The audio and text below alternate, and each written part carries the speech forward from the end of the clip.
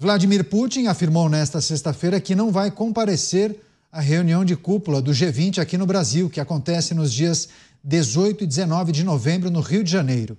A presença do líder russo em território nacional era um ponto crítico para o governo federal, visto que Putin é alvo de um mandado de prisão no Tribunal Penal Internacional, TPI, e o país teria que cumpri-lo por ser signatário desse Estatuto de Roma. Segundo Putin, ele tem relações excelentes e amigáveis com o atual governo, mas não quer atrapalhar o trabalho do fórum. Você, Roberto Mota, a sinalização de Vladimir Putin dizendo que não vai participar da cúpula do G20 no Brasil, mas nas entrelinhas o receio dele em ser detido, Mota. Não, eu não acredito que Putin tenha nenhuma sombra de receio de ser detido, até principalmente depois daquela mensagem carinhosa que ele recebeu, né, de que não seria detido se ele viesse aqui.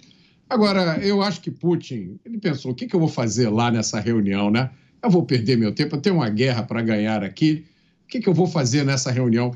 Porque não é difícil adivinhar o que vai ser discutido na cúpula do G20, né? Podia ser até a questão do Enem. São os mesmos temas de sempre. Olha, eu vou adivinhar, peraí. Mudanças climáticas, redução das desigualdades, combate à fome, porque muita gente tem fome no Brasil, principalmente se for perto da hora do almoço. Aí está todo mundo com fome. Qual é o significado prático dessa reunião do G20? Eu respondo, nenhum. Os poderosos do mundo vão discutir a fome entre um banquete, um coffee break, um jantar num restaurante bacana, vão discutir descarbonização, mas eles vêm a bordo de jatos que jogam toneladas de CO2 na atmosfera. Esses encontros, eu vou contar para vocês um segredo, são apenas uma oportunidade para viagens internacionais muito bacanas e para gerar mídia para os governos. Tem aquela famosa foto, né, que fica todo mundo ali, um do lado do outro. Agora, o resultado é nenhum, com uma exceção. A única coisa relevante pela qual eu mal posso esperar vão ser as declarações e os discursos de Javier Milei. É isso, Vladimir Putin, presidente da Rússia, informando, oficializando que não participará da cúpula do G20 aqui no Brasil, agradecendo as pessoas que chegam agora, que prestigiam o programa pelas emissoras de rádio espalhadas por todo o Brasil. Você, Dávila, qual a sua interpretação sobre essa informação, essa confirmação, essa negativa de Vladimir Putin não participará do G20 aqui no Brasil? Vladimir Putin, Caniato, acabou de salvar o Brasil de um vexame diplomático, porque o presidente Lula garantiu que ele não seria preso. E se ele fosse preso, ia ser um negócio escandaloso. Por isso, Putin salvou o governo Lula de um vexame diplomático, porque se ele viesse ao Brasil, ele teria de ser preso, sim. E não é o presidente da República que tem a caneta para dizer que pode prender ou não pode prender. Tem que cumprir uma decisão do Tribunal Penal Internacional, da qual o Brasil é signatário. Olha só, Caniato, o Brasil é signatário de um tratado. Se Putin coloca o pé no Brasil, tem que prender. E não é o presidente da República que pode chegar e mandar um decreto-lei lá e falar assim, não, aqui não pode prender o Vladimir Putin. Tem que prender. Então, Putin acabou de salvar o Brasil de um constrangimento diplomático. Mas isso mostra como estamos os companheiros errados nessa diplomacia. Essa diplomacia militante, ressentida e que acha que o Brasil tem que estar com aqueles que demonizam o Ocidente, as grandes potências. O Brasil sempre esteve do lado certo, mas, infelizmente, ultimamente, escolhemos o caminho errado.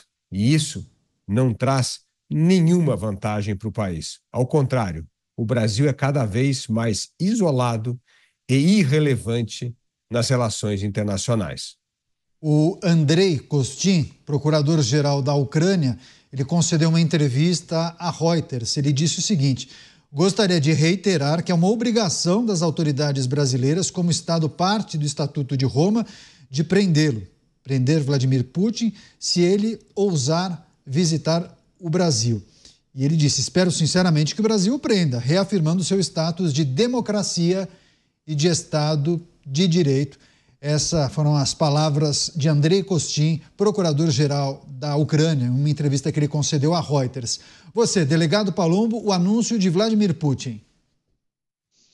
É impossível, na minha opinião, ele ser preso aqui no Brasil. Vamos lembrar que Nicolás Maduro também estava com a prisão decretada nos Estados Unidos, veio para o Brasil, colocaram um tapete vermelho, fizeram de tudo para agradá-lo. Ele ficou num dos melhores hotéis de Brasília, ficou ali desfilando, falando e não fizeram absolutamente nada. O Brasil simplesmente fecha os olhos. Eu fico me perguntando, como o Mota mesmo falou, qual que é a finalidade desse Tribunal Penal Internacional?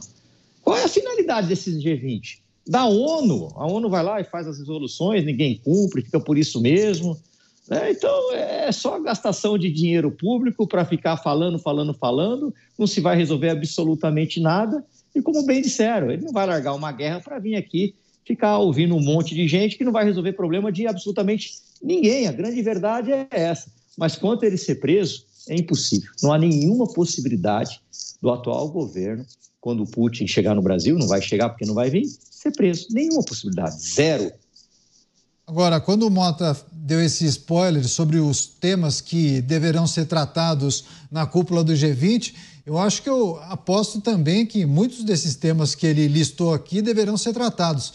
Dávila, a importância dessa cúpula e quais são os assuntos do momento importantes para as lideranças debaterem, discutirem e, naturalmente, defenderem seus pontos de vista? Caniato, o Mota está correto. Nesse momento, esse G20 é totalmente irrelevante, não tem importância alguma. Nenhuma decisão importante na política externa vai ser tomada nessa conferência do Rio de Janeiro. Aliás, isso serve para que talvez algumas coisas possam andar, mas não por causa do G20. O G20 é só uma desculpa. Por exemplo, o Tratado do Mercosul com a Comunidade Europeia, que estão tentando ver se chega a um acordo aí para ser anunciado em novembro. Seria muito bom. Porque por que seria aprovado hoje? Porque a Argentina tem um presidente que é favorável ao livre comércio. Quem sabe isso pode ajudar a empurrar uma pauta que nós nunca conseguimos avançar, porque antes, na Argentina, tinha um governo que detestava a ideia do Tratado de Livre Comércio com a Comunidade Europeia.